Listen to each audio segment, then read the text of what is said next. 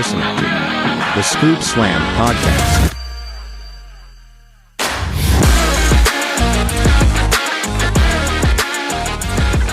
Hello, everybody, and welcome back to the Scoop Slam Podcast. We are back. A loaded weekend of wrestling, fresh off of vacation for me, but nonetheless, what a way to come back. We've got 5 hours of graps to talk about and 2 hours of your sports entertainment, Ryan. But nonetheless, we'll get straight into it. I am one half of your hosting team, Micah, otherwise known as Mr. Scoop. And on the other end of the call, he is known as the historian of the Scoop Slam podcast and Mr. Slam. It's Ryan. Yo, Micah, great to be back here with you. Another week down, a lot more wrestling to go. So I would not delay it any longer. Let's scoop it, slam it, and talk about a little wrestling this week. That's right. Not to mention we had the AEW pay-per-view, but we had, well, you know, we indulge a little bit in AAA. We're not going to talk about it here, but next week is go time for that. Mask versus Mask. Ludwig, excuse me. Who? El Grande Americano versus the original El Grande Americano. You know, man, you were hyping up AAA for a very long time. So I decided on a whim to give it a shot. And I actually enjoyed myself. I will be back for the regular TV shows every week from now on. And we're going to be looking at Taker at the end of the year for our Booker of the Year. Because so far, so good in my book. It's just such a breath of fresh air in today's day and age where every wrestling show needs to go 3 hours. I don't need that, man. Give me an hour. Let me get in. Let me get out. Give me 3 matches, some segments. And also, they do one of the things that we have talked about forever, which is just subtitle the backstage segments. And the Spanish-speaking wrestlers are getting over with me doing that rather than like trying to speak a language that they're not naturally speaking. So just take this and apply it to both shows. And you got a good little mix of WWE main roster or NXT guys interacting with the AAA guys, and there's a good little mashup of that. My only nitpick about the show, and then we'll move on to Saturday night's main event because we got a lot to talk about, Micah. But they need to hire like actual translators for these backstage segments or in-ring promos because Saudio Vega, he's a little rough around the edges at the moment. Yeah, maybe I don't know, Carlito, Chavo. Okay, I'm Somebody. with Chavo. I like Chavo. I like Chavo. Ooh, Chavo. Berto Del Rio. Oh, whoa. let's not get too hasty. Well, can't have that. Oh no. Well, we'll move on. We've got some pay-per-views, PLEs, specials, whatever you want to talk about. We'll start off going to Saturday, which was Saturday night's main event. WWE had this. It was a 5-match card, round about 2 hours. And they started off with Jade Cargill and the Baddies versus Rhea and the Best Friends, Charlotte and Alexa Bliss. Is that their names? The Baddies? Oh, I don't know. That's just what I started calling them because that's what they were called in AEW. Oh, look at you. I didn't think this was bad. I thought this was all right. I thought it was okay for what it was. Michin and B-Fab actually did better than I expected. And it was a nice little opening, and the crowd was hot. Where are they at, Micah? Were they in Indiana? Yeah, I want to say it was Fort Wayne. Fort Wayne. Yeah. Somewhere in Indiana. I don't know. But crowd was pretty good. And nice little match. Jade got the win. I was happy about that. And I mean, that's pretty much it. Wasn't much else to it. Felt like it's maybe a SmackDown match with a better crowd. Yeah, I thought the crowd was pretty into it.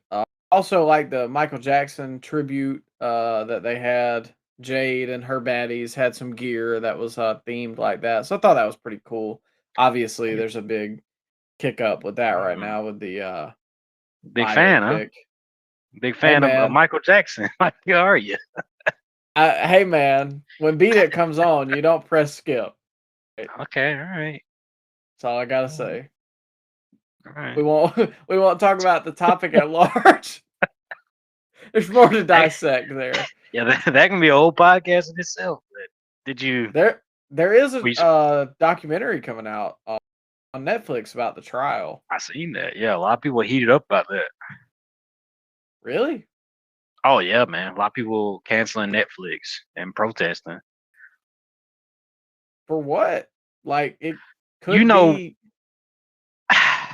man, this is a whole can of worms that I don't know if we can get to on live, but I'll just say this: if you love Michael Jackson and you're a Michael Jackson super fan, and anybody is talking bad about Michael Jackson, you have to defend Michael Jackson with your entire self. Like it's just Michael Jackson fans are very passionate bunch, Micah, and they do not like when you bring up the allegations.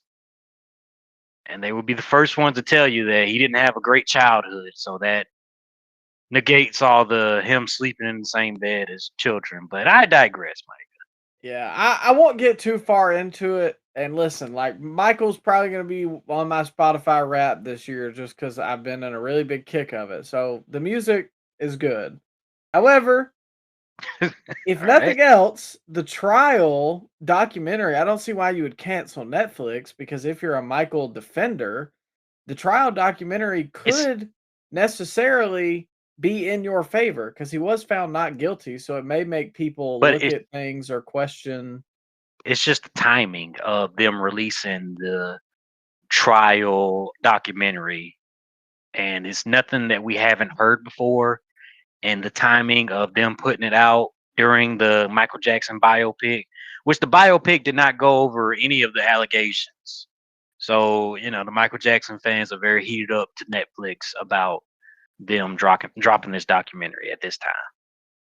Oh, I mean, business is business.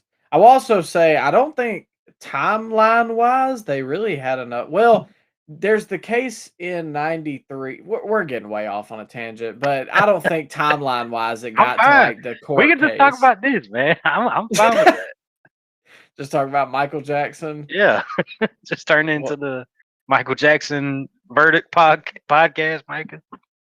well, we're gonna moonwalk on to the next one. If I I thought this did was it, a pretty good one. If I did it, this is how I will do it. that's the title of this podcast. If I Oh did it. man. I will say the OJ documentary also on Netflix is also very good. I'll check that out. I can't remember exactly who made it, but it's like maybe 3 parts or whatever, but it's really good because it definitely makes you like question some things. I'll just say that. Uh, but nonetheless, like you said, I'm glad Jade and the baddies won this match. I thought Michin really impressed me. Uh, I just wanted to double down on those before we move on to the next thing, which was your favorite of the night. The next match was Becky Lynch Oh versus no! Sol Ruka. Are you ready to admit it, Um, Micah? Come on home. It's time. you're welcoming me in with open arms. I want you to take it from here, Micah. Describe what this match was. So I wrote down that I think Soul is very fun to watch. And a lot of people were upset with the DQ finish and da da da, but that doesn't bother me because it leaves more to be desired. It makes you tune into Raw. I'm good with that. That's not my issue here. But the execution, because this was a sub 5 minute match that really never got started. And then we get a DQ. Soul goes to do the Soul Snatcher. Becky pulls Jessica Carr in front of her, who then tries to take the Soul Snatcher, but I don't know what exactly happened to Soul. It's like It, she didn't fully rotate or her foot slipped. it looked like she missed the second rope when she was doing the soul snatcher. And so she just kind of face planted on the ground, which made Jessica Carr give herself a bulldog type motion to the ground. which made Jessica Carr DQ Sol Ruka. And I don't know if maybe we missed something, Micah. Maybe she's been on main event, but I don't think Sol Ruka has hit a clean soul snatcher yet on the main roster. Has she? Have we missed something? I'm trying to think who. See, and you know what? You blame it on the yips, Micah. You and these modern wrestling fans say, oh, maybe it's nerves. Maybe she's so nervous of being the main roster. Nah, man, it's just not. This is who she is. When you can't practice your matches weeks in advance like they did in NXT, this is what you get. When you got a overly choreographed modern wrestling style like Soul has, it's gonna be an uphill battle to hit all that stuff crisp and clean like she did in NXT when she's not working with the same 4 or 5 girls in the PC weeks at a time working on matches. It's just this is gonna be a very interesting case right here, Micah. Because I don't think any of the ladies have a style like Sol Ruka. That's one thing. I think that it's just a style that doesn't lend itself to other ladies and them being capable of necessarily keeping up with it. It's high Uh, risk, very high risk. that too, and it's just I'm not dooming her off. I'm really not. I think she's talented. I think she's fine. But it's starting to get to a point where questions have to be raised about whether, like you said, is it just nerves? Is it, hey, we need to relax this style? Hey, I let's don't get know. some wrestling boots. How about that? Let's get out of the vans. Can we do that? That shouldn't be hard to do. What's wrong with Vans? Bro, come on, man. You wore vans before. How slippery are vans? I think more about planting hard. They used to hurt my feet. Well, what does she have to wear the vans for? It fits the skater surfer girl gimmick. But wouldn't you have more grip if you would have wrestled in a wrestling ring with wrestling boots? I don't know. I've never wrestled in boots or Vans, so I couldn't tell. Okay, I mean, have you played basketball in vans? I have played basketball in All Vans. right, It's not fun. how'd that go? Exactly. It is not fun, especially Okay, you think, oh, these are like the high ankle. Nah, there you go. don't Yeah, matter. like So I don't know. playing. Yeah, It's interesting. I'm also afraid too because the style has a timetable. It's the same thing Osprey's starting to go through. I feel like because there's a couple things recently to me that have not looked as Osprey crisp as they have in the past. and bro, she's already had a major knee injury, and I it's this gonna be tough for the main roster. I mean, it'll work right now as far as getting over because she's got that newness to her. So I'm sure she'll win the title at the next show. That I think they have Clash. I think Becky and her are having a Yeah. title match. I'm sure she'll win it, but I just don't. I don't know, man. I'm selling my stock of Sol Ruka, putting all my Oh, stock into Blake Monroe. oh, well, okay. I don't There you think Soul's gonna win at Clash either, though. But Oh, you do? Oh, you don't? Okay. no, I think it's too early, and I think Well, that hold up now. Don't blow your load, Micah. We still got a little foreplay, huh? We got to talk about the predictions later on. this is a lot of foreplay for 5 minutes of predictions. Well, actually, I would say less than 5 minutes for prediction. I would say that's pretty long, actually, Yeah, guys. yeah, it's But pretty average. It's average. regardless of that, we'll move on to the Intercontinental Championship match, which was the best match of the show, in my personal opinion. Ethan Really? Page versus Penta. Now, Yeah. first, Ryan, I gotta ask because this is a big talking point online. We talked about this a couple weeks ago, and I told you that I hated the ego part They listened of to you. his song, and they They did, yeah. listened. They And the did. people, the people rioted. People are so mad they took that out of his theme song. Oh my God, Ethan Page got Def Rebelled. Oh my God, I I was how? surprised. I was surprised how much people cared about that part of his song. Yeah, I don't. It annoyed me. And I mean, maybe that's part of it, but it sounded so goofy and corny to me. I mean, yeah, his theme's a little generic now, but again, it's so like off-putting. Ego, but it's like heavily auto-tuned. I did not like it. So more slop, please, Def Rebel. More this way. I didn't have a big problem with it, but yeah, it seemed to be a bone of contention online. I didn't get it. I didn't either. I thought I was the popular opinion, but as far as the match goes, it was an absolute sprint to start. They were going just 100 miles an hour, which I thought lent to how good the match had the potential to be, and it carried through. There was at one point a back body drop onto the announce table, which first off, the back body drop's always over in my house. Secondly, on the announce table is rough because those announce tables now look like they have no, budge until you like jump off the top rope onto them. But a couple other things. There was a backbreaker where Penta jumped onto Page's back from I think Page was in the corner and he jumped up into I don't exactly remember. It's been a couple days, ladies and gentlemen, but if you go back and find that, I thought that was a nice spot. And I thought the finish was well executed as well. The springboard Mexican Destroyer, they actually sell the Mexican Destroyer well, so in my opinion, that's a good move.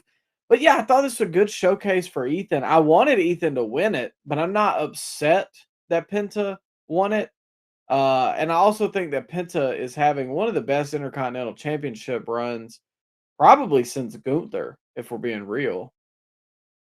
Mm, I'd have to look at it as far as like the reign goes, lined up to everybody else's.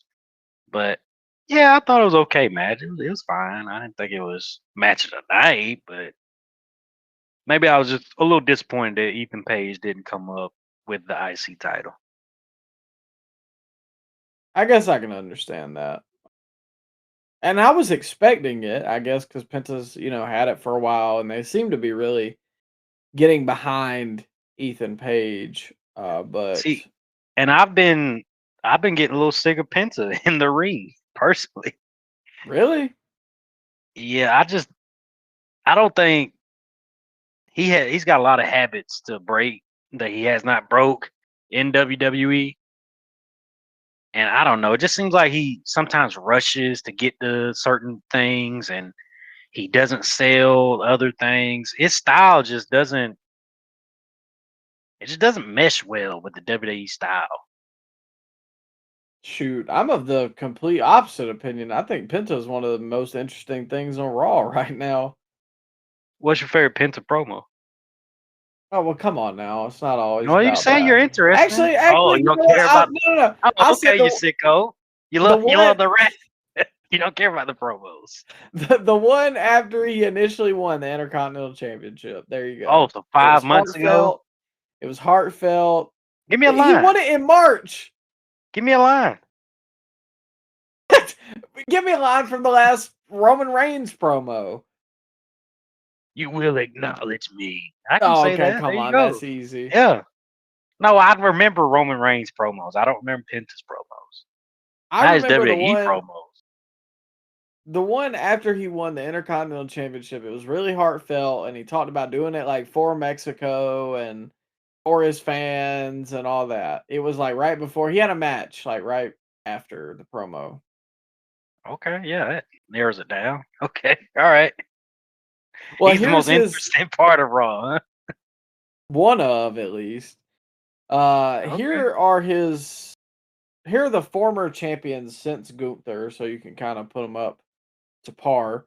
Dominic Mysterio twice, John Cena, Braun Oh Breaker God. twice, Oh, Jey Braun Breaker. Uso. Come on now. End of story. Braun Breaker.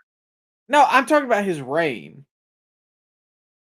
But you said Penta's having the best reign since Gunther, and you just named Braun Breaker, so I'm putting Braun Breaker's reign over Penta's. All right, who's one person Braun Breaker defended it against? Jey Uso, pal. That's Saturday night's No, main no, no. event. That was after. That was after he had already lost it. He didn't defend against Jey. He did the first time. I'm talking about the second time. Because the Well, he first beat reign was Sami only Zayn. 50 days. Well, he beat Sammy. Just throwing out mid carders. So Sami Zayn's mid Carter now. He main evented WrestleMania, pal. He's He's planking mid card. backstage with Johnny Gargano. He's not doing that recently. He had a long feud with Trick Williams and the Gingerbread Man. What are you doing? Why are you making up stuff? Yeah, You've exactly. turned into The a mid sicko. card. Oh, that's the mid card. That main evented Raw. Emotional funeral segment. Raw. That main event SmackDown. That emotional funeral segment. What are we talking about? Regardless, I think Penta's doing good work, and I thought this was a very Oh good yeah, I bet. match. Yeah, you just like the no selling, huh? What? You don't like the promos. I feel You like like he's the no. toned it down. Has he? That match with Javon Evans didn't lend itself to be a match that you can go back and watch. It just does. It wouldn't hold up, man, without the no selling. Well, 8 hours of wrestling didn't lead me to Raw on Monday. Let's get some more Ray Phoenix on the show. Get Penta. Send Penta to. Send him to AAA. Maybe they'll You're do good out there. on him? I'm out on him. I'm done with him. Come on. I got to watch It's this over. Javon match because apparently it was just They should have gave it to Ethan. blasphemous. Ethan should have won that, or Javon. Javon should have beat him on Raw. Regardless, we'll move on to the next match. Paige and Brie Bella versus the Irresistible Forces for the Women's Tag Team Championship. I forgot this was happening. Respectfully, I enjoy all the ladies here. We've got a lot of wrestling to talk about, and there just truthfully was nothing more that I Wait a could minute. say. I got one thing. I thought the ending sequence, as far as like the leverage pin, I thought that was a Yeah. pretty cool spot. But other than that, Yeah, congrats, Paige and Brie. I do think that the way that, like you said, the way they were like double teaming the ladies because of the size difference, that was nice. But yeah, there's nothing to really analyze here. But we move on to the main event for the Raw Tag Team Championships. The Vision, Austin Theory and Logan Paul versus the Street Profits. I thought it was a pretty good match. Yeah, I thought this was my toss up between Paige and Penta or the main event because I thought this was pretty solid. There was two spots I really wanted to talk about, which was the pounce from Oof. Dawkins to Braun over the announce table. Oh my god. I don't think he should do the pounce all the time, but every time he does it, I pop for it because it always looks brutal. I always remember the one he had at WrestleMania. Was it Oh man, 41? nah, that was 39. That was when he hit Strowman. Yeah, Dawkins hit that's right. Strowman with the pounce when they had that 4-way tag match. Yeah. And that was brutal. I forgot So about that. don't overuse it, but it's definitely over in my house. Other than that, I thought the finishing sequence was good. There was a great false finish when the Street Profits hit their big moves. I think Montez came off the top, did the frog splash. I honestly thought that was it, but the Vision ultimately picked up the win here. My biggest takeaway was that the fans were so invested in this. And it shows that the fans can care about tag team wrestling when you give them a reason. And I feel like WWE doesn't often give people a reason to care about the tag division. So to see This, it's like, you almost have a concept of what to do, but they just don't do it. Maybe we need more makeshift tag teams like we had in the mid 2000s. Because as far as like when they bring tag teams up to the main roster, it just doesn't. They don't give them promo time. They don't really give them video packages. They just tell them to go out there and have a 5-minute match here and there. But if you have the makeshift tag teams, Micah, you get combinations like a Logan Paul and Austin Theory, or Seth Rollins and Montez Ford. You get stuff like that. Maybe that's the solution here. I could see it. I mean, because like you said, I like Fraxium, but I know nothing about them. All I know is they're good What's your wrestlers. favorite Fraction promo? Exactly. There you go. So I don't know, but then it? like you said, it kind of makes me think like RVD and Kane. Very unlikely duo, but I really liked that team as a kid. Kane was the king of those. He had a couple of those. He had the Kane and Hurricane. He had Kane and Daniel Bryan. Kane and X-Pac. RVD. Kane and X-Pac. Yeah, Kane was the master at that. That's what made me mad when I did that ranking or whatever. You made the list that I posted or whatever.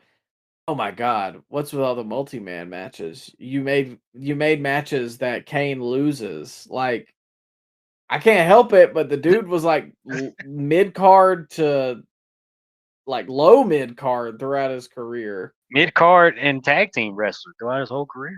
Yeah. What do you want me to do, man? It's all that's his best matches are multi-mans. And I'm sorry he lost a lot. He did lose a lot. Hey, this actually was an ambulance match, Micah, because I think 2 guys got injured in this match. You had Dawkins got injured, and Logan Paul's gonna be out for maybe 6 months with his shoulder injury, all from that Yeah. dive that Dawkins hit. Did you see that? So I didn't see what initially caused the injury, but I did hear about Logan. But what's Dawkins' injury? It was the dive that Dawkins hit. You remember that he hit like a somersault over the top rope, and Logan caught him, but it Dawkins landed on Paul's shoulder, and believe Dawkins hurt his shoulder as well, maybe back. I don't know. He got injured. He got injured too. Well, I guess it's somehow, some way we're Snake gonna bit. get that Montez solo push. Well, he got a little shine on Monday, but yeah, man, the Vision snake bitten again. Can you believe this? Another injury. Is there any group that's ever been more cursed? I'm I'm trying to think. You stumped me, Micah, the historian here. I don't know. I don't think so. I This is mean, supposed to like be a main event literally act. the only thing that, and this is not even comparable really, but this is just because I've been watching the documentary. The only group that I can think of that's ever been more cursed than this Oh, Vision come on. group would be the Von Erichs. Like Stop. it What do you is come on? well, I'm saying Ah, literally it is every single member of the Vision is hurt except for Austin Theory. He's the only one that has not been hurt. I have never in my life seen another group of people have so much just ravage the whole group. it's it's tough, man. And Logan Paul is one of the best acts they have in that group too. And now we're just down to Theory and Ron Breaker's back, but just give Theory the singles push, man. What are they doing? I mean, what do you do now? How do you pivot? I think Braun and Theory are the tag champs now, right? I mean, yeah, the Freebird rule. One our second WCCW mention of the day, but what do I mean, What do you do from here? yeah. You need them honestly in the tag division, but also Braun really needs to be a breakout star. Like holding him in the tag division feels less than. And then if you split them But up, now, what do you do with Theory? I would love Theory to have a singles push personally, but I don't know. This is gonna make things really difficult going into SummerSlam because I would assume that Braun Breaker had big plans for the SummerSlam, for SummerSlam, The but backlash. the backlash. I, I don't know, man. This is gonna be interesting where they take it from here. Yeah. We'll have to see how it plays out. Now, I also got to say one last thing. We can move on to some real graps. Uh,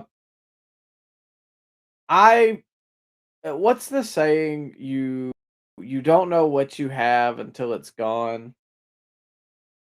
I appreciated this Peacock pay-per-view more than I've ever appreciated them because it was just a breath of fresh air. There was not as many ads. I felt like it was just not overcomplicated, not any like, oh, here's a segment where we have to have like somebody funny or something. Like it was just resolution matches to feuds. And that's what we need. And it was only 2 hours, and I like the fact that we got fresh matchups, and we got guys that we don't really get to see have marquee matchups on the PLEs.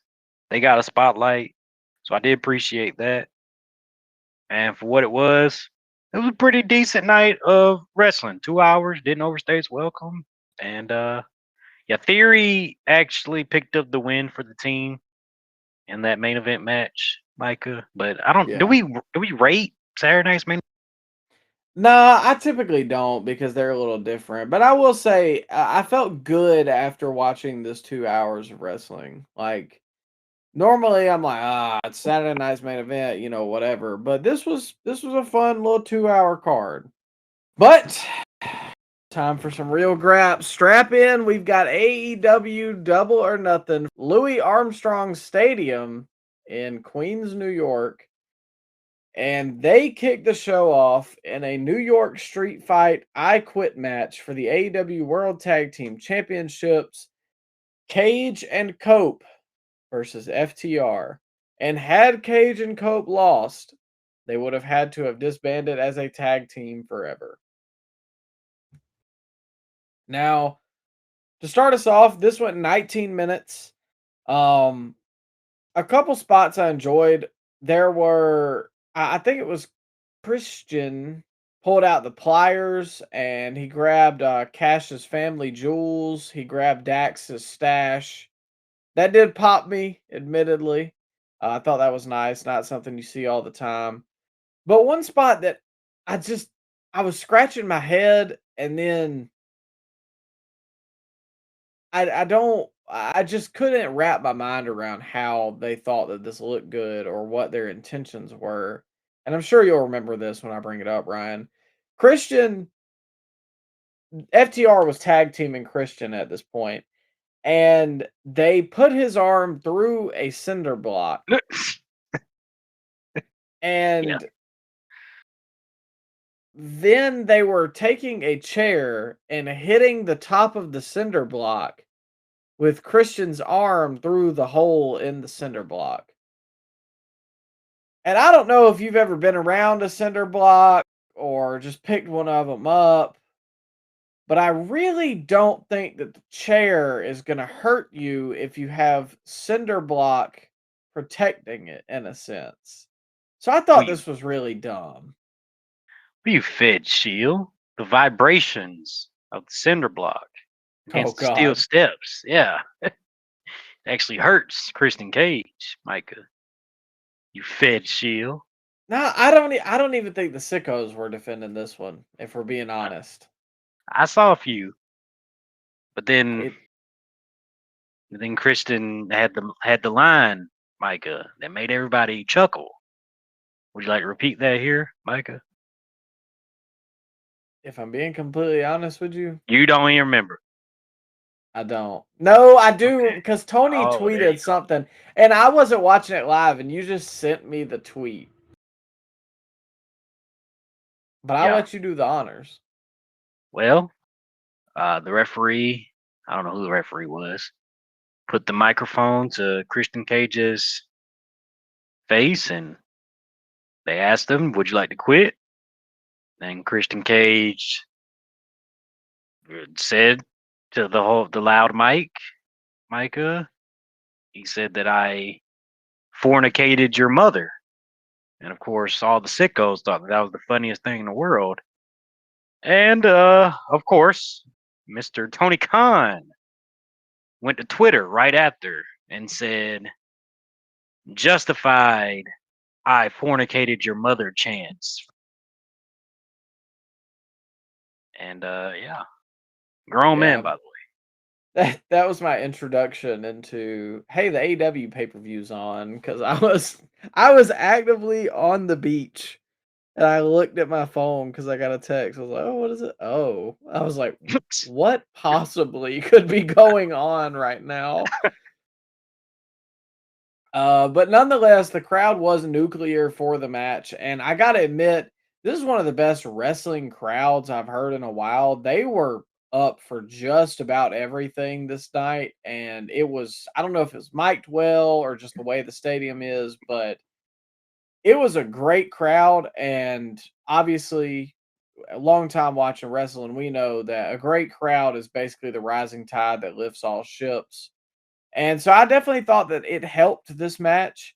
I think that them including Beth is funny because they need to include Beth in the main women's division, considering all of the many, many injuries that are ravaging their ladies division right now. However, only if Beth is willing to get a 10-minute slot on TV. That's all we can afford for the women.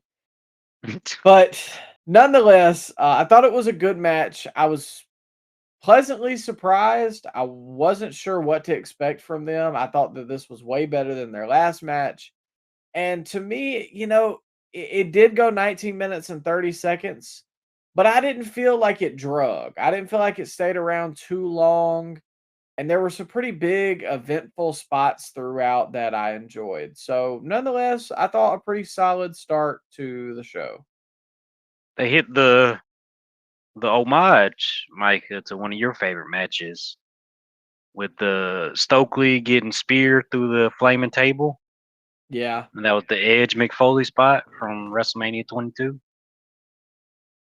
Yeah, I was a little concerned they were gonna spear Beth. I was like, "God, welcome back to AEW." Uh, but yeah, I enjoyed that as well. Like you said, that's one of my favorites. So it was cooler when it was Edge and Mick, but I still thought it was nice. I'm It's just funny happy you Tony. can. Oh, go ahead. Go ahead. It's funny you can go through a bleed or a flaming table, but you can't bleed. Yeah, how about that? Was the athletic commission turn a blind eye to fire? I guess. It's nice of Tony to put the tag titles on such a young, up and coming talent like Christian Cage and Adam Copeland. I'm just excited about that. The combined age of those guys, Micah? That's probably 105. Yeah, Is that like dead serious? Right on. I think it's 104, but yeah, you pretty much got it. Close enough. I'll take I'll it. give you that. Yeah. That's Yeah. is that a cause for concern for you, Micah? Well, I think that AEW is not quite in the same state that WWE is, but they need to strengthen their tag division It's because insane. Oh, go ahead, Mike. I'm sorry. I'm cutting you off. well, no, I was just gonna say it feels to me a lot of times like the only tag champs they really have is gonna be FTR or the Bucks. And respectfully, they're about to bring in the machine guns and they're gonna bring in the New Day or whatever, the after night or whatever you want to call them. But regardless of that, I don't think that's gonna help this tag division. It will, but, like, again, we're not building anybody new. So, yes, the tag division will be deep with teams that have already been established for the past 15 years, but at what cost to a younger tag division? And I'm just playing devil's advocate Yeah. because these are the same people that do the same thing when WWE gives a championship to, Sami Zayn. How would you feel if you're a top flight or a private party waiting for your opportunity to, have a marquee match on the opening match on the show, like a Cope and Cage and a FTR get, and then you see guys like I said, the New Day and Motor City Machine Guns coming in. Well, what are you gonna do with the young tag teams that you have that's still waiting on their time? What do you do with those guys? Yeah, I don't know that it's gonna happen for them. Shuffle Like, them in the background. Have them in more food fight segments on the Stadium Stampede show. But yeah, it's funny how the sickos or wrestling fans in general are treating Brie Bella and Paige as, oh, it's just nostalgia act. They're just getting their flowers, and they'll probably just retire afterwards. Meanwhile, Paige and Cope, they are not treated like that at all. They're treated as cornerstones of the division. yeah. And they're going I don't know if you saw Dynamite, but they're gonna be in a feud next with the Dogs, and the Dogs are not gonna take the titles off of them, unfortunately, because I like the Dogs, but And they robbed us of the 5-second pose, Micah. they did. That's heat, brother. Oh shoot. Well, regardless, I was pleasantly surprised by this match. But we move on for the AEW International Championship. Kano Konosuke Takeshita versus Kazuchika Okada. Now, Yeah, a lot to unpack here. In terms of, I have a lot of points, so I'll go through them, Ryan, and then I'll pass the baton off to you. you might just have to keep on running with this one, pal. I don't know if I want to pass. I like Don Callis stepping in here in between these two guys. Whenever Okada was basically trying to, I can't remember the exact move, but he was But trying why to though? really. Why? Why did he have to step in there if he was going to kick him out? Well, I think that was so. I guess that was the He backup said, plan. what? Why did he kick out the guy that won? He What the heck? Okada runs the Don Callis family. No, but wouldn't you want to keep the winner? Yeah, but Takeshita has already shown signs of not wanting to be part of the family anymore. But he was fine sticking around. Was he though? If they had to kick out one, wouldn't you kick out Okada? I mean, yeah, I would, but that's just me. That's just because I don't That's really see what people see in I don't. 2026 Okada. I Uh, was a little, I was a little confused. I don't know. I thought it was a good spot because up to that point, at least during the match, it doesn't make sense because if Don is managing Takeshita and Okada, you wouldn't want Okada to hit a tombstone on the outside and potentially hurt your other commodity. And then throw Um, kick out anyways. well, that's the backup plan. There's always a plan B. I'm All right. also not sure exactly what Excalibur called it, but uh Takeshita hit some type of crotch grab German suplex where he basically just deadlifted the guy over his head. I thought that looked pretty well. I didn't catch the name, and that's a crazy feat of strength. But you lost me a little bit. The Blue Thunder Bomb has to be the lowest pin efficiency move in wrestling ever. I don't think I ever see anybody win with the Blue Thunder Bomb, and it kind of bothered me that Okada kicked out of it here. But there was a point in the match that I thought it should have went to the finish. And that was whenever Okada went to go for the Rainmaker and Takeshita reversed the Rainmaker and the freaking arena went nuclear. They all got on their feet. Everybody was up in the air to see what was going to happen next. And then it just felt like they regressed a little bit and then went to the finish. Where to me, if you went to the finish right after that while the people are just up crazy, that would have been such a great pop whenever he gets the 3. I don't really like that they do that, and I don't think that this pay-per-view as a whole was one where they did it a lot. Typically, there's 2 or 3 that I think they do that with. But, yeah, I just thought that was the perfect time to go to the finish, and I was glad ultimately that Takeshita picked up the win here. Yeah, yeah. I wasn't as high on this match as everybody else was. I thought it was fine, but I don't like the finisher kick out fist, kick out at 1. And like you said, they had the perfect spot to end the match. Fans were at their peak, and then they just kind of went right past that great opportunity. Do you think it's Okada's best match in AEW? I don't think it's Okada's best match this year. Oh, no. It's not beating the Tana match. Yeah, I think the Tanahashi match is probably a little better. Uh, maybe. Yeah, I think he had a good match with Pac, or am I overlooking a match he had? A good one, Micah? Not that I remember. Well, we've been largely critical of him, but I felt like this was Yeah, his best in AEW, in my opinion. yeah. It's just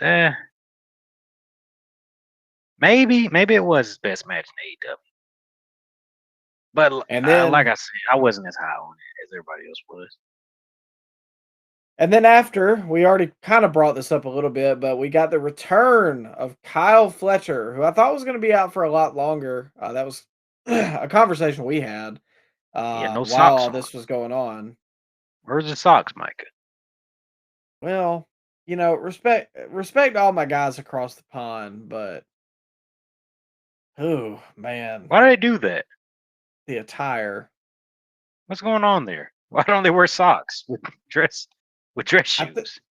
I think it's some loafers you're either not supposed to, or maybe that's just the style. I don't know, but like, man, we got Kyle Fletcher with no socks. We got Osprey track suits, and we got Mason Rook.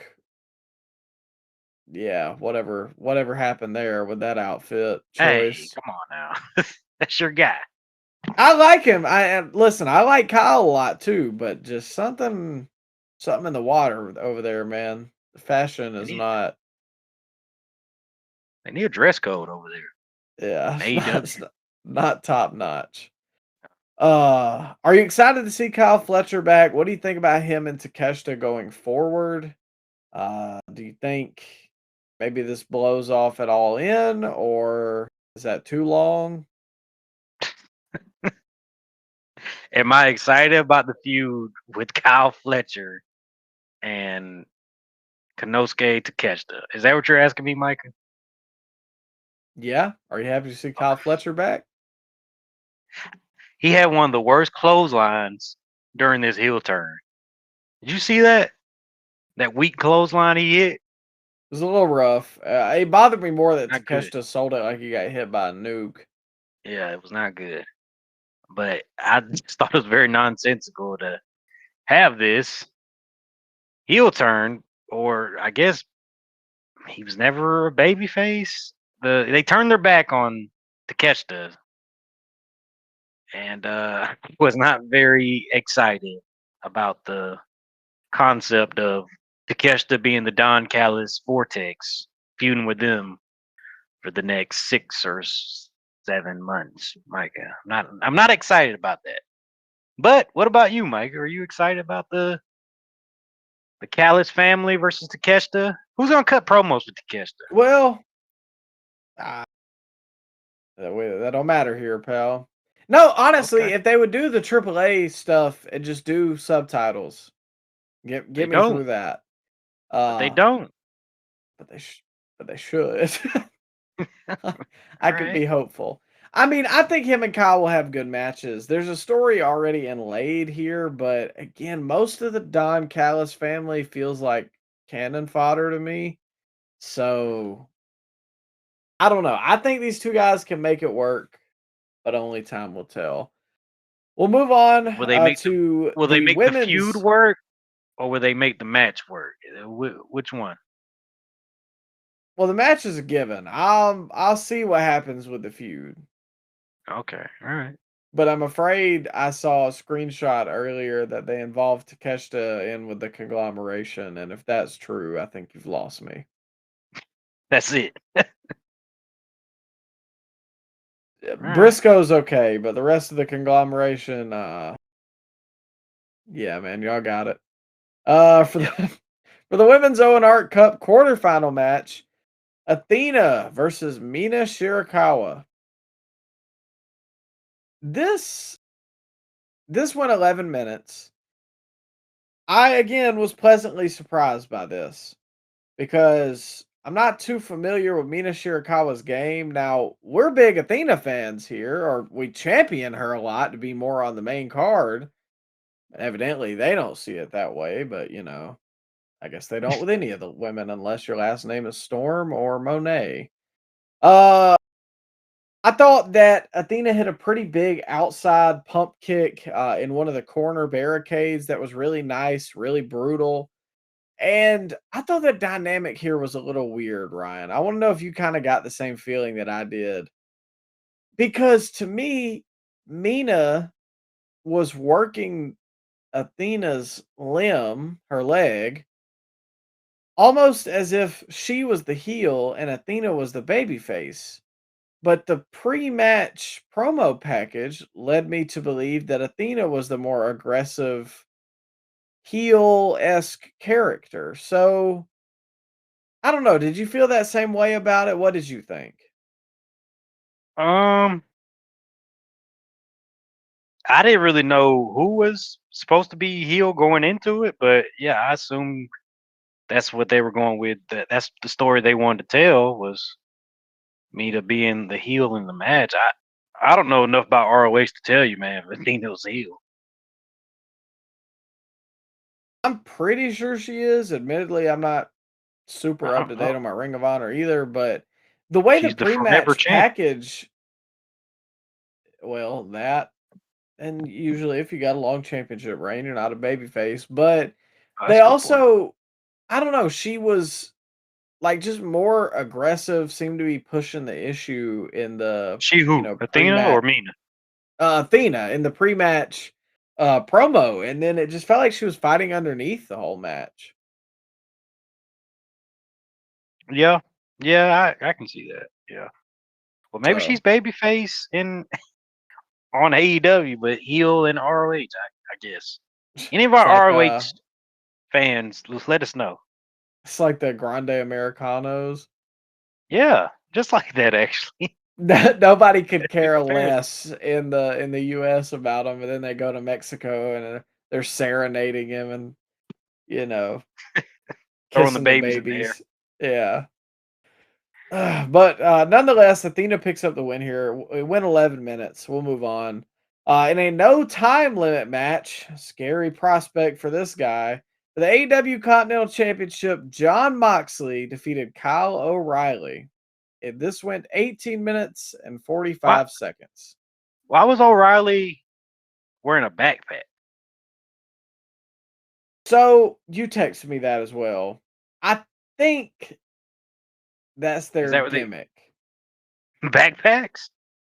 Bro's No. 40. I mean, You can't wear a backpack at 40, man. I'm sorry. I think it's the conglomeration because they're trios champions with Orange Cassidy, so they all wear their championships in backpacks. I'm not saying that that's good. I'm just saying that that's why. Yeah, I know that's Orange Cassidy's thing, but I don't know, man. Kyle O'Reilly, he's got that stigma around him. I don't know if they said it on TV or maybe MJF said it in a tweet, but he's got that school shooter vibes. And he came out there with the backpack, and I don't know, man. It was a little off-putting, Micah. Made you sit up in your Thought seat a little bit. yeah, I thought he was about to empty the arena out. Well, they typically I think Moxley empties the arena out with his matches, at least for me personally. For this one, and I honest to God want to say that I think it's because there was a commission and he couldn't do all the stuff that he wanted to do. But I thought this was one of the better Moxley matches I've seen in a while. Okay. Do you like the story they were telling with Moxley and O'Reilly? Moxley could never beat O'Reilly. And then finally, when the lights on bright, Moxley does defeat O'Reilly. Kind of negates everything O'Reilly did. Yeah, I mean, I knew that Moxley was going to win because LOL Mox wins. That's what we do here, pal. But Wouldn't I it have still, elevated O'Reilly, though, if he would have beat Moxley? I mean, yeah, but look at what we're talking about. Yeah, The I guy guess don't the story. lose. I guess the story they're telling with Osprey is that the Death Riders are trying to turn him into a killer, and it would kind of kill that gimmick or what they're trying to do there if Moxley took a pin. But I just wouldn't have booked the match personally. I don't think this match needed to happen. Well, I don't think it furthers Moxley, and I think this is one of those things that's like, oh, on paper, it makes Kyle look like this, but the problem is Kyle is going to get relegated back into being one of the conglomeration lackeys of, he's the third guy in a trios championship reign. And I mean that, I'm not saying that I think Orange Cassidy or Roddy are necessarily better, but when you list them out, you're going to say Orange Cassidy, Roderick Strong, and Kyle O'Reilly. Kyle O'Reilly. So at the end of the day, I don't really think this furthers him a lot. But as far as the match went, they had some dirty strikes to start off. I thought that was a good starting point. And then it was just back and forth, not super. It was kind of not a lot of high spots, but some technical wrestling mixed in with, like I said, some striking, some brawling. I thought that this worked well, and Moxley did ultimately get his win. I like that story of the guy can never beat him, and he finally gets he gets one over on him at the biggest stage. I like that story if it furthers both people. And ultimately, I just don't think it's going to further Kyle O'Reilly. But nonetheless, I was pleasantly surprised by this match. Yeah, maybe it would have felt a lot better if they didn't do that match they had last Wednesday, O'Reilly and Moxley. But this is Yeah. where I started to see the chirping online, Mike, about this being an all-time pay-per-view. And I don't know if I can go that far. Or even the best pay-per-view AEW's put out. I don't even know if we can go that far either. Well, Were you seeing that? Were you seeing that online? not up to this point. Or I mean, yeah. I was seeing that from other You people. were on the beach. You had your feet kicked up. You were in your No, no, city. no. You were in I your had made it town. back. Okay, all right. I I thought think you I went out came there to back. get the scoop on El Grande. I know he got arrested in Orlando last week. I wasn't that far south. I mean, that's Okay. my city, but it wasn't my city this weekend. But nonetheless, we move on. I think that I was seeing that, oh, this pay-per-view is, it's the typical stuff with AEW pay-per-view. People gas it up online. I want to say that I made it back by the time it was Osprey and Samoa Joe, which is where we'll move next. But yeah, I'll save my final thoughts for the show towards the end. But next up, aforementioned Will Ospreay versus Samoa Joe in the men's Owen Hart Cup quarterfinal. This went just shy of 14 minutes. And Ryan, I don't understand the Ospreay dynamic. I get the story they're telling, I'm just not necessarily a fan of it. And then when Osprey comes out and he's doing his entrance and he's gesture maxing for cheers to the audience, even though he's a heel with the Death Riders, I'm not really understanding if I'm supposed to cheer or boo this man. I don't even know what the Death Riders are at this point. I would assume they're heels because they just had I, didn't they? Didn't they just have a feud with? Was that Darby? I think that was Darby, wasn't it? Yeah, they did a Oh, couple okay. months ago, and then Moxley was like kind of babyface, and the rest of the group was heels.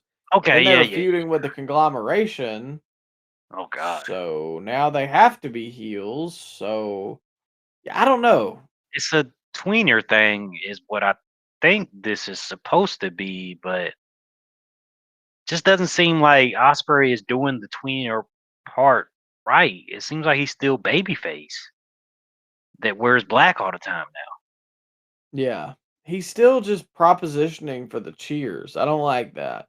and he doesn't beat guys fast. Like Moxley had that little pep talk in the backstage area saying that he had to be a killer and can't play with his food, but then he goes out there, he being Osprey, and has 15-minute matches with Ace Austin. Now I love Ace Austin, but Ace Austin ain't won a match on a TV show in 2 years. And with this, I actually did enjoy the Samoa Joe match, but yeah, if the story you're trying to tell is Osprey being a killer, I don't know if he should be going 15, 20, 25-minute plus and still kind of leaning in on the baby face flips to pop the crowd and playing to the audience. I don't know if he should be doing that if that's what they're going for, uh the tweener type character that they want him to play. I don't know. Yeah, I think he just has to dial some of it back, and I thought that was Ugh, kind in of AEW, pal? You want to dial back flips? well, I'm not talking about that necessarily. I'm just talking about the wanting the cheers and stuff. Like you have to actually change your character and your mannerisms up a little bit. But I can agree. I did enjoy this match, and there's a reason. It didn't go 28 minutes like the typical Osprey match. If Yeah. you want to wrestle this style, sub 15 minutes, I'm good. I thought this was one of the, or at least for me personally, I won't say one of the better Osprey matches, but one of my more enjoyed Osprey matches, which is funny because I wrote the guy off a month ago. Uh, I didn't like that he started with his finisher again because why? Right? Oh, well, that's just him showing to be a killer. Okay, sure, but Then it went 13 more minutes. exactly. It's just killing his finisher. And the Uh, finish stinks too. Finish sucks. no, you said it, not me. But there was a point too, he went for the Oz cutter. Joe did the typical walk away. I thought that was nice, a little different, but it gets Joe's spot in. Yeah.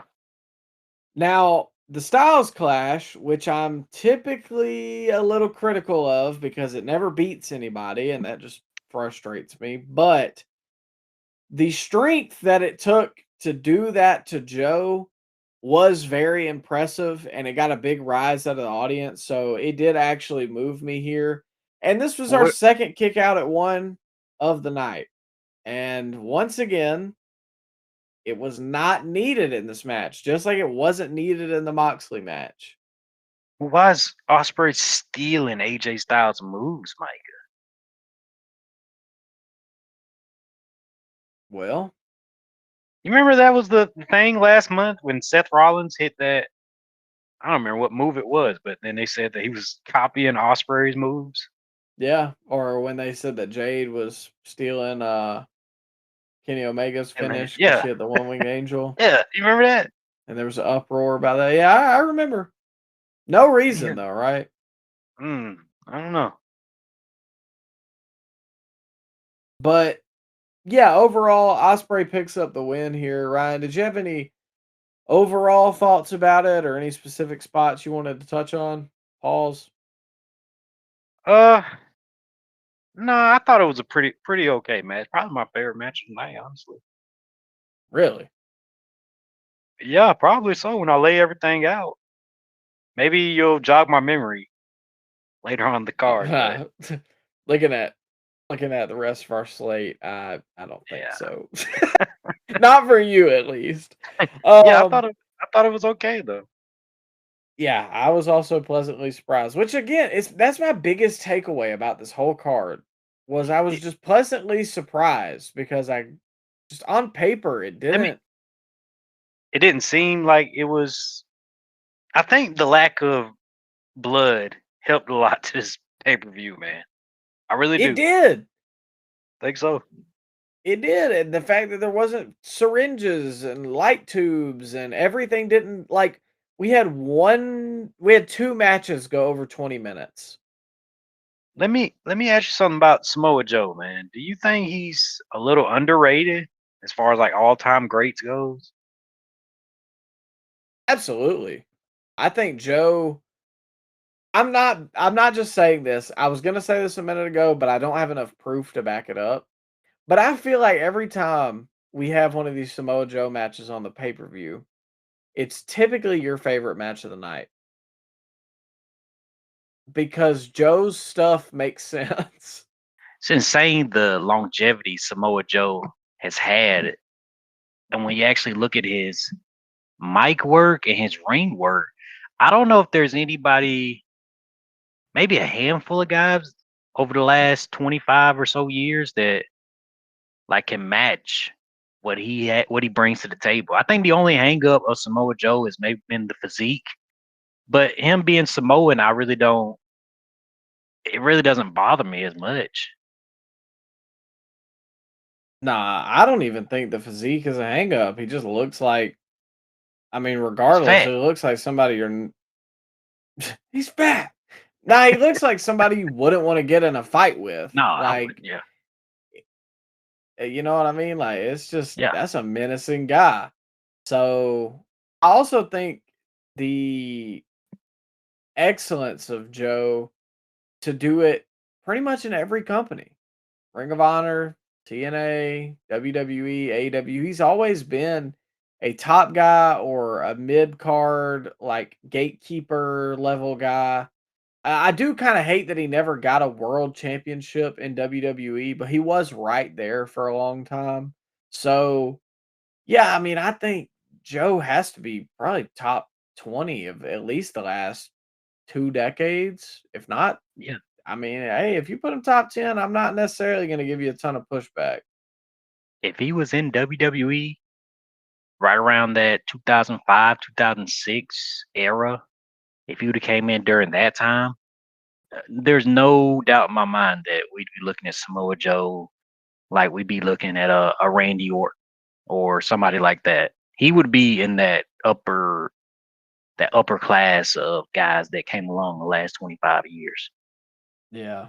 It's funny too, because when you said Randy, that's who I was thinking. Like, if we put them side by side in terms of like greatest wrestlers of the last 2 decades, I'm low key putting Joe over Randy. Oh yeah, I would too. I would too. If they would have signed Cena and Samoa Joe, which they were in the same company in the early 2000s out there in California, if WWE would have signed Joe to a developmental deal, just like they did Cena, no doubt Samoa Joe would be in that same category. No doubt. Yeah. Well, nonetheless, a solid match. We can move on to the next men's Owen Hart Cup quarterfinal match. This went 15 minutes. 15 minutes. Swerve Strickland defeated Bandito by pinfall. Now, this one, I don't really have a ton for. It was just here for a while. I think Bandito has grown on me a lot. I think Swerve has regressed on me a lot. So I wasn't really sure how to feel about this one at first. Now, I'll admit a couple spots I liked. The house call where he was standing on Bandito's shoulders was really unexpected, and I thought that was well executed. Bandito hit a Hurricane Rana off the apron. I don't know. They said it was like a reverse Hurricane Rana, but isn't that a poison Rana? Do you remember what I'm talking about? Yeah. It looked like. I mean, I thought it was. I thought it was a poison rana. Maybe I'm That's misremembering. that's what I thought too, but Excalibur called it a reverse Hurricane Rana. So I don't know, but it was pretty nasty. I mean, you're just flipping onto a mat and concrete essentially. So that's a rough spot. Um and once again, Bandito went for the 21 plex off the ground, which I appreciate. That's what it should always be. Ever since I saw that in that Andrade match, I'm like, man, just keep it there. But I will admit the finish of this match was probably one of my favorite sequences of the entire night No, where really?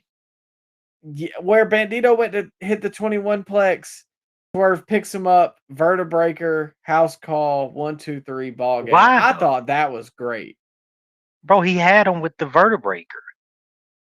Why did he need to go for that that terrible looking kick that he does? You I had the mean, pop right there for the vertebraker. we're still up for the house call, and the house call is his finish.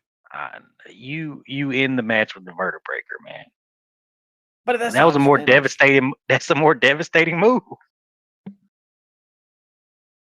I didn't mind it. I mean, it wasn't like he plotted to hit the house call. I thought the whole finish was nice. And it wasn't like the Takeshita finish where they got up and then they did like Okada got to move, then Takeshita got to move, then Okada got to move, and then they went to the finish. It was just like bam, bam, bam, 1, 2, 3, we're out of here. But the guy's paralyzed. But let's pick him up and give him a kick to the head. Like, you know what I He mean? didn't have to. He didn't have to pick him up. Finish the match. Just pin him. I You didn't drop the mind guy it. on his head. Like, can we go for a pin after that? Well, he just had to make sure it was over. To make sure. Okay. Yeah, I thought that that was pretty stupid to me. But I'm glad you liked it. Nah, hey, I thought it was cool. Well, Of course you would, you sicko. yeah, it's gonna be a fun review. It's gonna be a fun rating. That's the word I'm looking for here. For the AEW Women's World Championship, Tekla defeated Hikaru Shida, Jamie Hayter, and Chris Statlander in 14 minutes. Um, yeah, I think I'm ready to eat some crow. I'm just out on old Tekla, man. It's not what I thought it was. You start watching her promos, huh? No, What yes, happened? but no. It I Is it just the fan base that's done turned you on or turned you off of Tekla with all the constant glazing that they do? Effortlessly cool, Micah.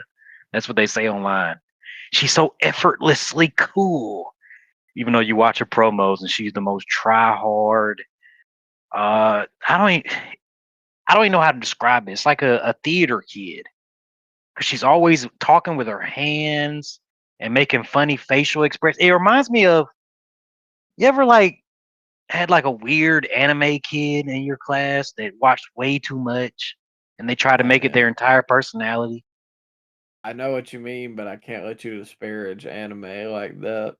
It But was I it understand what you Yeah, mean. it gives me that vibes. Just what if Okay, ladies and gentlemen, if you're out there, you're watching a Tekla promo, put it on mute and just watch. Watch how much talking with her hands she does and all the funny facial expressions she does. And tell me that's effortlessly cool. You can't tell me that. For me, I she has a look. Like I can understand the effortlessly cool part about that. When she comes out, like the gear and everything, she looks cool. But it's like the Okada syndrome. The fan base finds the B word hilarious. And that's like all she says. There was one point in the match, I think she literally like just said it like 3 times in a row. And I'm like, Is that all we are? Are we just swear merchants? And can we not s- say either say something more creative or just don't say anything at all? Uh Despite all that, I thought the match was good. Like I didn't think it was bad by any means. I don't think anything to me looked offensive or really choreographed or hokey. I think Sheeta looks a step slower than I remember her. But yeah, I mean, to me, I think the biggest thing with Thekla is when I see her and I see Chris Statlander, I just can't tell myself that Thekla should be champion and not Chris Statlander. Because Statlander was the workhorse of the match. She looked great. She had all the power moves. She worked her tail off. She laid everything in. And then just, yeah, I don't know. I'm just out on Thekla. She could be good. I'm not saying she can't. I'm not saying, she can't still be in the mix, but I just really thought that Statlander should have won here. I think Stellar was champ. They just didn't give her promo time. They didn't let her Yeah. develop on the mic or in backstage promo. They didn't let her talk.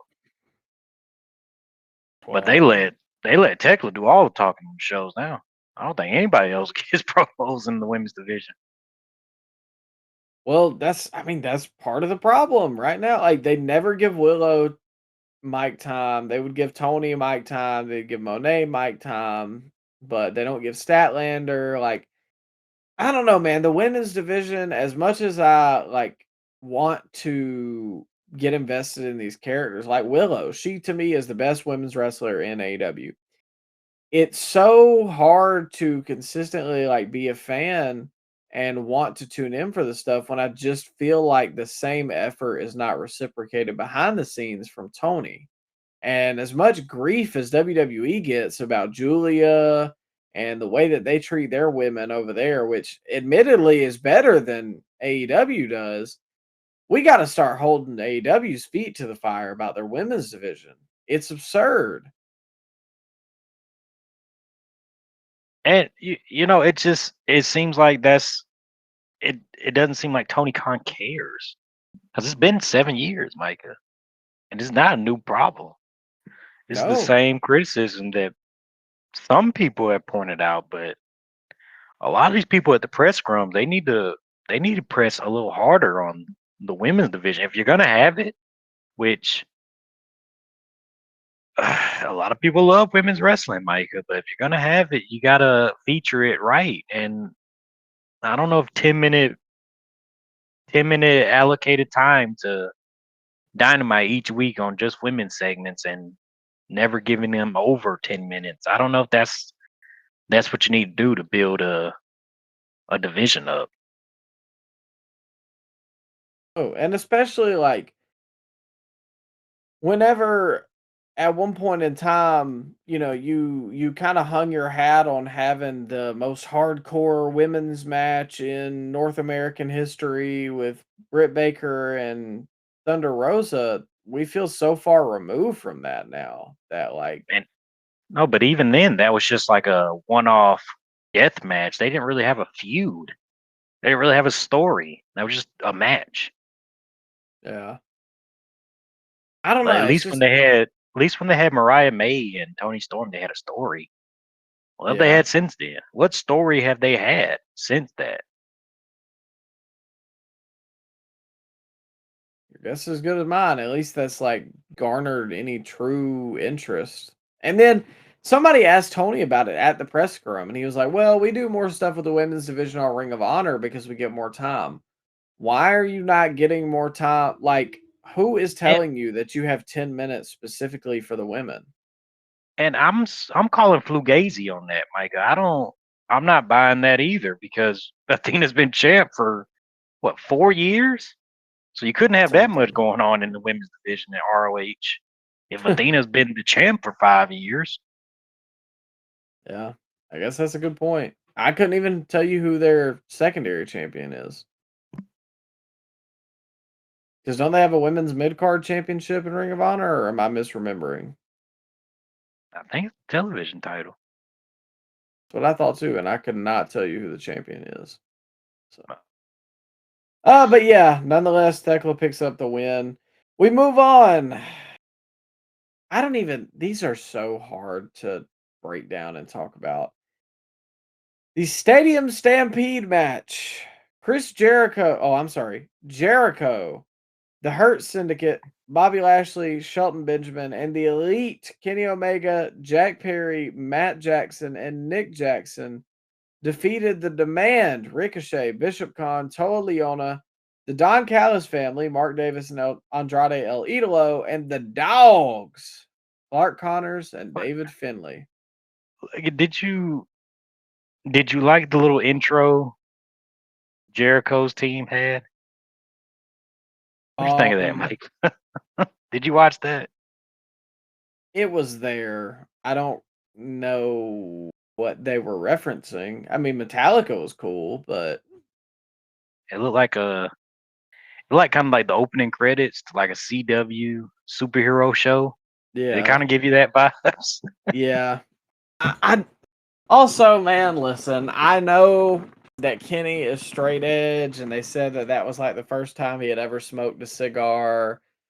And I knew what we were getting into, but oh, man, coughing while you smoke the cigar just like absorbs all aura. I don't know how else to explain that. It just, uh, It's a skit. regardless, They love their y- skits over there, Micah.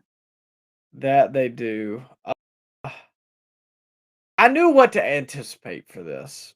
So I didn't go on it. I didn't go into it with my like heavy critic goggles. I just sat and observed what was in front of me. So I'm just going to quickly go through a couple things and I'll let you go through a couple things, Ryan. First off, I got to give a shout out to the Demand for the Akatsuki gear, which Ryan, I know you're not a big Naruto fan, but that's what the little red clouds were from. As a big Wait, Naruto fan, that did pop who me. did that? The Demand, I thought they were baseball players. well, they were, but they had little red clouds on their gear, which is like the symbol of the Akatsuki Okay. All right, sure. for those weird anime kids you were talking about earlier. Uh, Also, during the middle of the match, or before the match even really started, we started getting "We Hurt People" chants with the Oh Elite man, and the Demand and like all these people in the ring, and the Hurt Syndicate is getting chants. remember Why them? are these guys not at the forefront of AEW? Uh, Great question. I don't know. We've been asking it for a long time now. I don't know. What Like happened to it that just, MJF Bobby feud? We don't know. yeah, it blows my mind. They They were so over at one point in time. They were the best part of Dynamite for months, and then just We poof. don't know. We still don't know. Um, Another thing about the Hurt Syndicate is Shelton Benjamin was an animal in this match, and I don't know how he is still moving like that at 50 years old.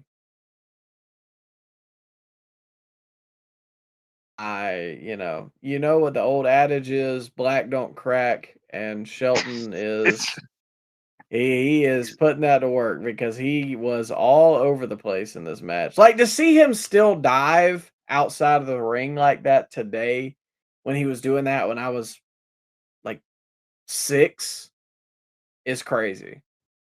he's a freak athlete still to this day, and Yeah. under. He's big. He's a big Yeah. guy. Like you look at him compared to the other guys in the match, and like, wow, Shelton is Shelton is legit almost Bobby size. And he used to be thought of as small. It's like Carlito when he came back to WWE for that Judgment Day run. He was small in the 2000s, and now you see him Yeah, and it's like, golly, Carlito's yoked. Um One thing that I can't get over, and again, I went into this expecting ridiculousness, so I got out of it what I went into it with. But listen, I don't care how absurd the stuff is. I'll give you the refs holding the ladders because they don't want the participants to be hurt. There is no reason in wrestling that Rick Knox or any referee for that matter should help another wrestler set up a table for them to then put another wrestler through. That is one of the most egregious things I have ever seen on a AEW pay-per-view. And Taz, I think it was Taz, pointed it out that Rick Knox was helping them set up the table. As he should, because it looks fake. Like I get again the whole Stadium Stampede thing looks fake. It was stupid, But that is like egregious. yeah, there's no other word for it. Come on, man. The commentator Uh stuck this whole yeah. match, the whole show, but this match in particular, like nothing, everything was treated like a joke in this match. Commentators There were having a was ball, just laughing and everything. They don't yeah. upset you. No, it does. I It started to get on my nerves because instead of commentating the match, they just started saying, "Oh well, like I can't believe what I'm seeing," or they started trying to make jokes to like pop each other. Yeah, And I just don't like that. Tony was like almost hysterically laughing at some points. Excalibur was the same way. And listen, I get it. I know it's supposed to be haha and tongue in cheek and goofy, but but not the commentary, man. what was your favorite cameo? Was it Leo Rush or you got Tommy Invincible, Micah? Which one was your Oh favorite? god. I'm gonna go Satnam Singh, actually. Satin of Sing, okay, all right, not Tommy Invincible. Well, I don't know. His was pretty funny because he just got shoved to the ground. Did you know who that was? I did. I've seen him on TikTok. I've seen him be the butt of all jokes on TikTok. They flew him out there for that. I mean, hey man, get you a check. Just get a payday. Yeah. Five See, that's dollars the and a hot problem. dog. That's the problem. Doing anything for the dollar. Yeah, just Hey, you kill got to your these career. days. Just kill your career. That's fine. I Just have a mean, funny skit. come on. Have you ever looked at the guy's move set? Oh, here we go. Look at you, you sicko. It's move No, set. no. I'm saying his finishers, everything he does is like a tribute act. Like his finisher is the AA. His secondary finisher, I think, is like the RKO. Yeah, like when you don't I like when you were making a creative player on the WWE games, you didn't give them a little tribute act in their move set. No, I like that, Micah. No, I mean You put the Swanton bomb in there. my No, you finisher did. always and forever will be the Rude Awakening, but also Rick Rude wrestled 40 years ago, not two. You had like you didn't have the Swanton bomb in the move set. Okay, it's different as a tribute. It's it's one thing as a tribute. It's different when it's your entire move set. But nonetheless, I'm not trying to sit here and chastise the man. Congrats to him to making it to AEW. Tommy Invincible is all elite.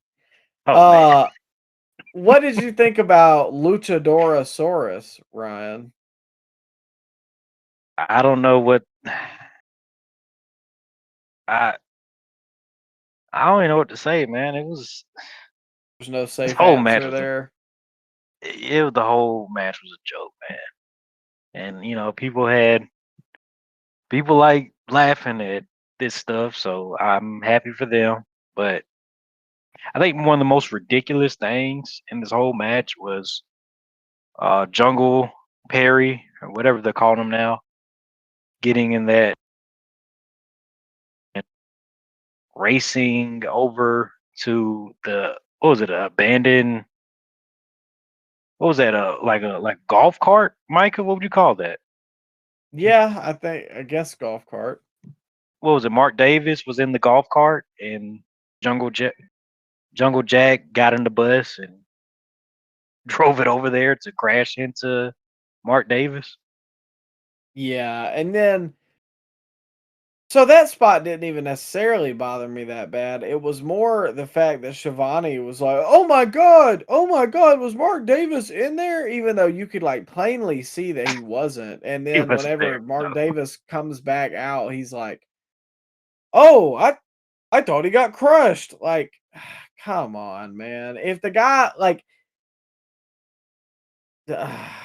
I don't even have the energy to fully dissect why that would be the absolute dumbest thing you could do would be to try and convince me that he was in that car because it got completely flattened or golf cart.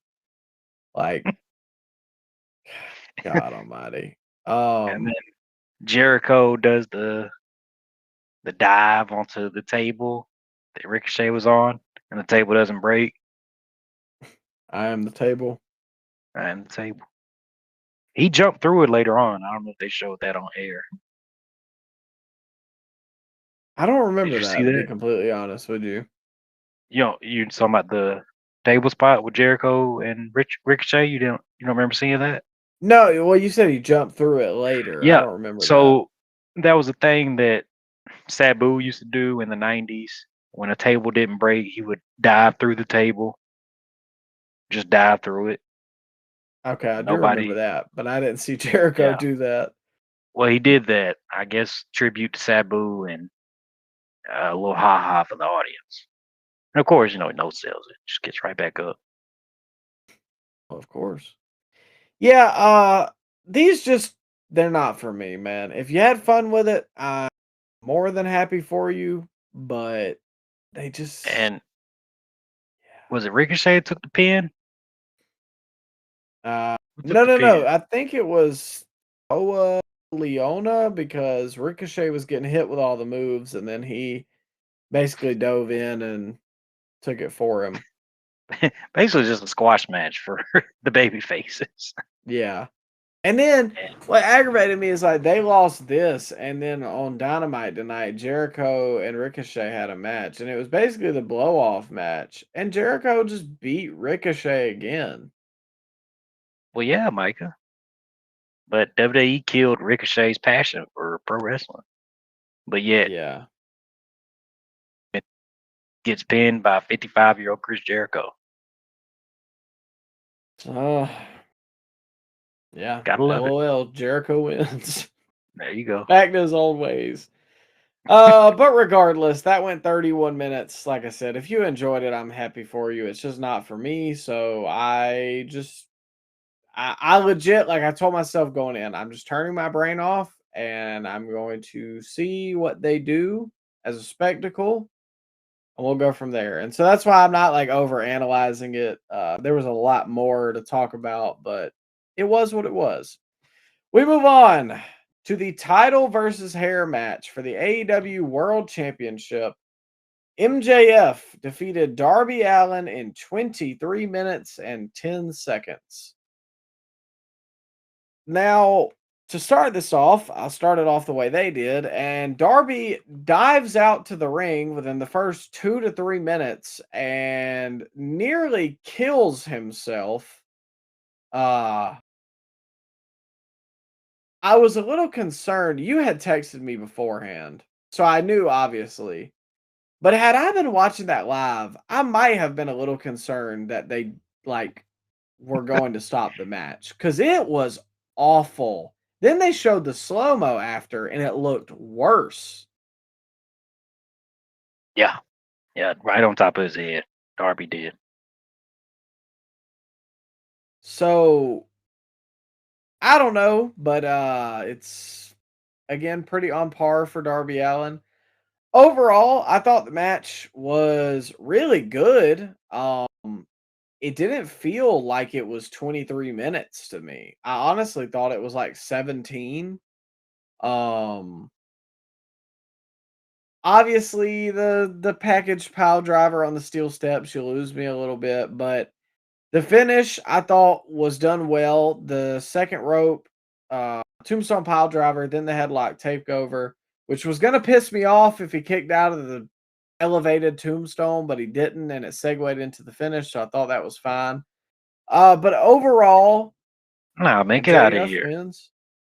Why couldn't we just finish the match on the tombstone? Because you got the insult to injury. He's beat him 3 times now with But the that headlock doesn't. takeover. That's not how you're supposed to format a match, bro. Like, come on, man. Why Well, is this that's how how they? Why do they format their matches like this? I can I think understand that's like the the little way. callback to the little callback to the headlock takeover pin, but they've done that in many of their matches. Like, can we not get Tombstone? I mean, yeah, I don't know. It didn't bother me. I thought it made sense for the story. But the heat was gone.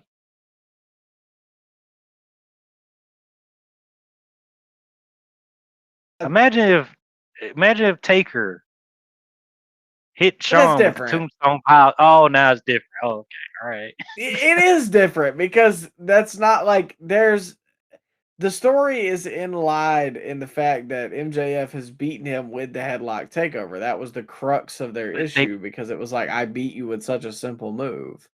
but then they've done this though like 3 times, Micah, in their matches. Like they've used that as the finish to their matches at least 3 times. Because remember what Darby squashed MJF and then used the Yeah. headlock takeover thing, and then before that, I'm pretty sure they had another pay per view match where MJF beat Darby with the headlock takeover, and then they had their first match was that. So are you just saying the gimmicks played out? That and just how they format their end of their big matches. Like end it on a high. Why do we have to end it on like, oh, okay. It's just I don't know, man. Maybe I'm just not enjoying wrestling. Like just don't enjoy wrestling. Maybe it's that. I mean, I can somewhat see where you're going because that's typically a gripe that we have. And like with the Takeshita match, I 100% agree with you. But in Swerve and this match's case, I don't know. I didn't get that feeling from it because with Swerve, it all felt pretty fast paced, and that was his finish, and it was, the fans were still up. With this, the story is the headlock takeover. So I don't know that it really, at least when I watched it, I didn't feel like it just killed the thing to me. It just felt like, the heel was getting his last, laugh. I still beat you with this move just like I used to. Do you think that this one topped their first match at Full Gear, which to me is their best? Uh maybe no, probably not. No. I don't think so. Yeah.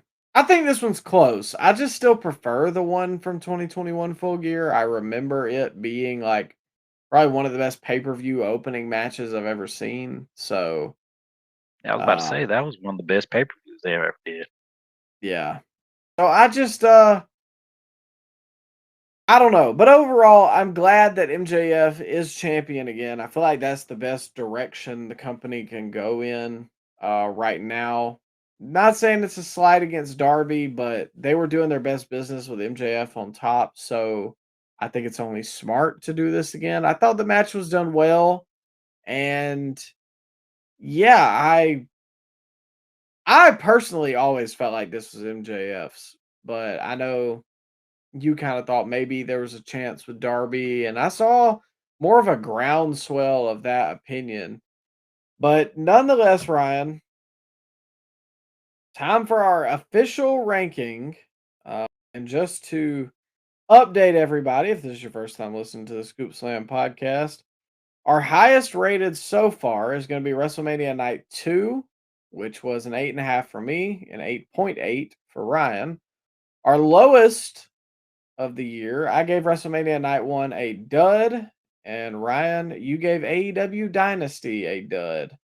So Ryan, where does AEW Double or Nothing fall for you? I think I'll give it a 4.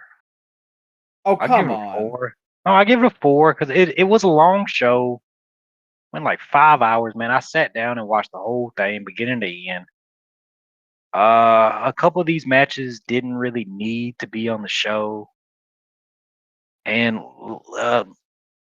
a constant gripe I had on the show is the finishes weren't as concise as I would like a finish to be. I feel like they, like in 3 or 4 matches, man, they had the perfect finish, but then they just went another 2 or 3 moves too much and just kind of ruined the crescendo of the match. So, and I don't think I'll ever go back and watch any of these matches. Nothing had like a great feud ender. Nothing was match of the year quality, in my opinion. So yeah, man, I'm giving it like 4. Get a 4, 4.2 maybe. What would be your match of the night? Joe and Osprey, my match of the night. Look at you. Yeah, You're infected already, giving Osprey match of the night. there you go.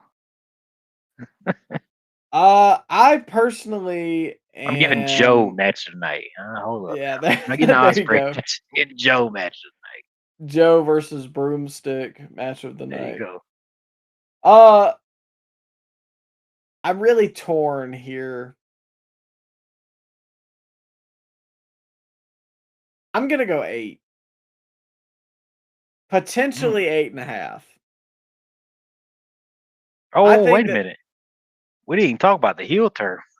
uh, Oh man. what's his face? We'll talk about it after the rating. I'm sorry. Go ahead. No, you're good. I think personally, I thought that this was on par with WrestleMania Night 2. I do have a few things that may lend me to Night 2, which was just the moment of Obafemi felt so massive when he beat Brock Lesnar. I'm afraid that that will decay this weekend, but we will get to that in a little bit. Uh, and like you said, I don't know that I have a match of the year here. I don't know that I have one that I can really hang my hat on and say match of the year. Now, I say that to say this. Every single one of these matches was solid.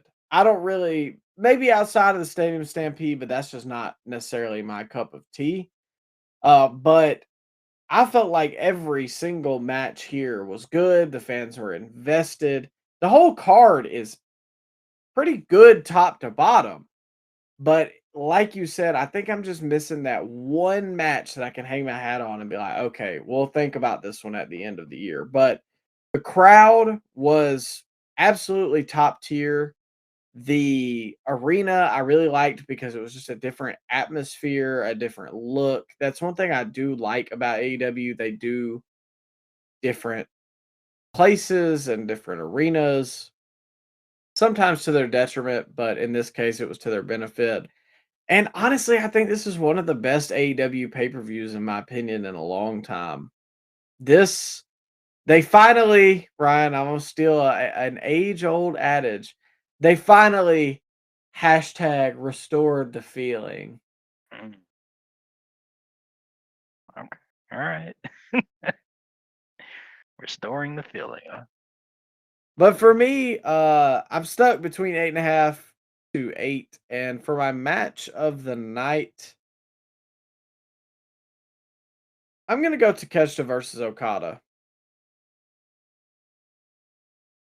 which All is right. crazy because I'm normally very critical of Okada.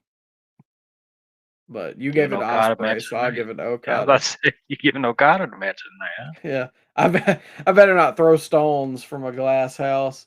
Um, to close that up, though, we had Kevin Knight turning heel at the end with the frog splash onto the ambulance. Kind of rushed. I feel like it really didn't get a whole lot of time to breathe. But nonetheless, I'm good with it because it's it's hard for guys to typically be baby faces right out of the jump. I feel like it's easier for guys to learn to be a heel and then learn from that how to be a baby face. And I think this will be a good learning experience for Kevin Knight. It also has a very layup feud for whenever Darby returns, which I'm not sure how long he's taken off, but him and Kevin Knight will pretty much immediately go to it into a feud, I'm assuming. So I thought it was well executed, and it gives you something to come back on Wednesday to check and see what's going to happen. I personally don't think he's ready for this spot, but they seem to be high on him. Tony Khan, MJF, Swerve, usually all the main event guys when they're doing interviews and they're asked about the next generation, they always bring up Kevin Knight. So maybe he's showing them something backstage, but it hasn't translated to the TV. And I don't know about putting a guy in such a marquee angle when he hasn't translated to the TV is a great idea, but we'll see how it goes. Sink or swim. And they're giving them opportunities to swim. I just hope the fan base doesn't get delusional and gas them up as the next big thing when you just listen and open your eyes and it's clearly not that. But we'll see what happens, Micah. Yeah, I'm not writing him off. I'm not as down on him as you are, but I think He stinks. come on. I'm sorry, man. If you saw him on NXT, even then he would look rough around the edges. Promo wise, yeah, I think in the ring he's talented, but I'm They have 1,000 assuming guys that are talented in the ring. I agree with you, but he's younger and I don't know, he's a little different. And I feel like the best way for him to do that, they don't really have a developmental and nobody's watching Ring of Honor. What did Thomas say? Don't nobody give about Ring of Honor. But What? You know what? New Japan's actually their developmental because they got all their guys from New Japan. yeah, I guess that's Kevin true. Knight, he was New Japan. It's NXT Japan. Funny how the There you go. turntables. But nonetheless, I'm fine with them giving him this spot. He's obviously learning on the job, but I'm hoping we'll start to see some growth on the mic within the next 3 to 6 months with a heel turn. I just feel like it's easier to be a heel as a young guy, at least. Uh, but we'll see. I'm not done with him yet. You're already writing him off. Well, ladies and gentlemen, that was a big weekend of wrestling that we talked about. Nonetheless, we will be back next week to talk about WWE's Clash in Italy, as well as Noche de los Grandes, I believe it's called, the AAA pay-per-view Mask versus Mask. So make sure you come back next week. Make sure you follow us on all of our socials at Scoop Slammed. And nonetheless, we hope you had a good time. We hope you enjoyed some real graps. And make sure you come back next week. Take care of yourself. Have a good one.